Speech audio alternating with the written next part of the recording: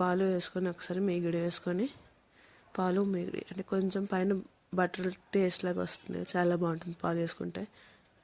ఇగో నేనైతే మీగడ వేసుకున్నాను, కొంచెం ఉంది ఇంట్లోనే, సో అదే మీగడ వేసేసుకున్నాను పాలు పైన ఉండేది. నెక్స్ట్ దాని తర్వాత కొంచెం పాలు వేసుకొని బాగా కలిపేసుకొని ఇంకా అది దగ్గర అయినంత కొంచెం దించేయడమే. చూడండి పాలు వేసే కలర్ కూడా బాగా మారిపోయింది కదా. కలర్ చూడు, పాలు వేస్తే కలర్ కూడా బాగుంటుంది, అలాగే టేస్ట్ కూడా చాలా బాగుంటుంది. ఇంతేనండి, ఈజీగా సింపుల్గా చేసుకుని ఆలు బీన్స్ కర్రీ రెడీ.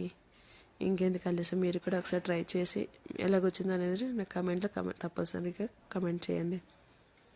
ఇంకా ఎవరైనా మన ఛానల్ని కొత్తగా చూస్తున్నట్టయితే ప్లీజ్ మన ఛానల్ సబ్స్క్రైబ్ చేయండి, లైక్ చేయండి, షేర్ చేయండి. Thank you, bye bye.